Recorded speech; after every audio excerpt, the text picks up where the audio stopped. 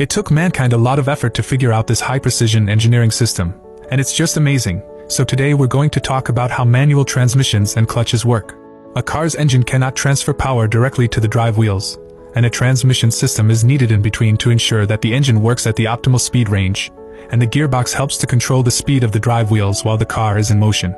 In a manual transmission car, smooth shifting during driving is not easy to accomplish. To shift gears, you have to first interrupt the flow of power from the engine to the transmission.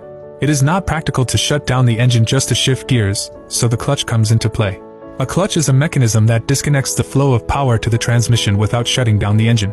The clutch assembly is securely bolted to the engine's flywheel, and if the car is running, it will keep rotating, controlling the flow of power to and from the transmission's input shaft.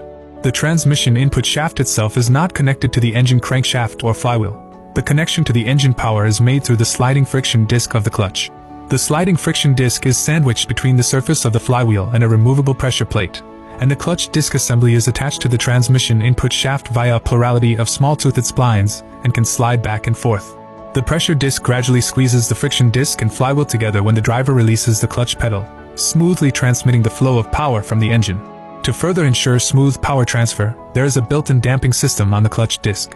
The friction disc is suspended from the input shaft of the transmission, and the power flows out of the disc through a damping spring, which pushes the rotating top plate, the center of which is connected to the transmission shaft by a spline to complete the power transfer.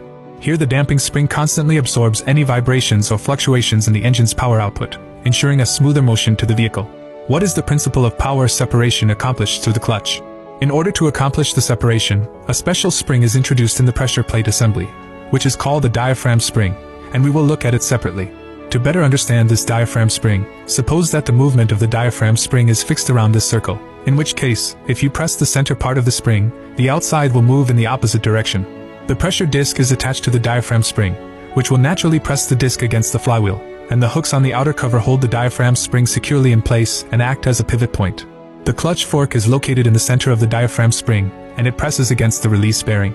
When the clutch fork depresses the inner fork of the diaphragm spring, it lifts the outer edge and the connected pressure plate, i.e. the clutch fork acts as a lever and a pivot point on the gearbox, thus cooperating with the diaphragm spring to realize the clutching action. The clutch fork is actuated by a hydraulic actuator, and we follow the line through the hydraulic actuator and reservoir, easily tracing it back to the clutch pedal in the car.